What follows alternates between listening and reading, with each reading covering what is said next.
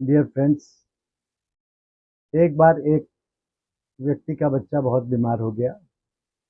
उसने डॉक्टर्स को दिखाया तो डॉक्टर्स ने बताया कि इसे कैंसर है और ये बच नहीं सकता। तो घर ले जाइए, सेवा करिए। वो बेचारा रोता बिलखता अपने घर ले आया। अब जिसको कोई सहारा नहीं होता तो उसे ईश्वर के रूप में एक ही सहारा दिखाई देता है। तो उस व्यक्ति ने, क्योंकि वो माता का भक्त था, तो उसने माता की आह्वान किया और उसकी पूजा शुरू कर दी। 2 दिन 3 दिन तक वो पूजा करता रहा। बच्चे को कोई फायदा नहीं हुआ। तीसरे दिन उसका एक मित्र आया। उसने कहा कि माता ये सब काम थोड़े करती है। माता थोड़ी तुम्हारे बच्चे को बचा देगी। तुम्हें हनुमान जी की शरण में जाना चाहिए, उनकी पूजा करनी चाहिए। अगर हनुमान जी प्रसन्न हो गए तो तुम्हारा बच्चा बिल्कुल ठीक हो जाएगा।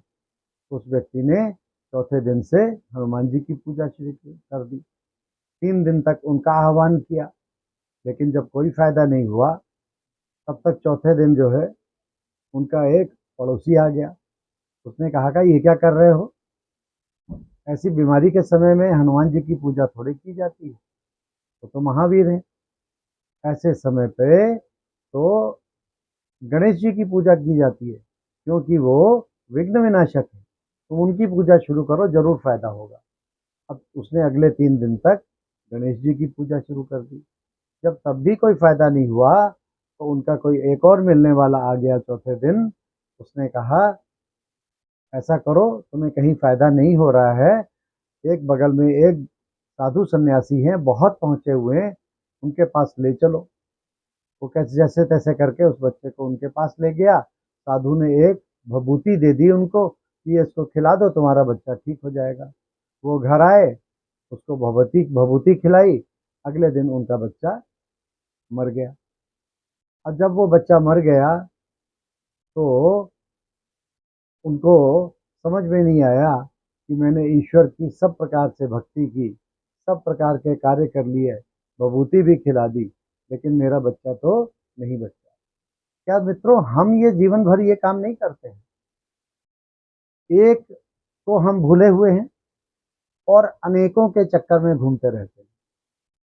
कभी इस देवता को पकड़ लेते हैं, कभी इस देवता को पकड़ लेते हैं, इस देवता को। किस कारण से? सिर्फ अज्ञान के कारण। अगर हम उस एक निराकार शिव परमात्मा को अगर याद रखें और उसी को याद करें और संपूर्ण समर्पण हो जाएं, तो क्या वो हमारी क्यों नहीं सुनेगा? बाप अपने बच्चे का क्रंदन क्यों नहीं सुनेगा? उसके पीड़ा को हरण क्यों नहीं करेगा?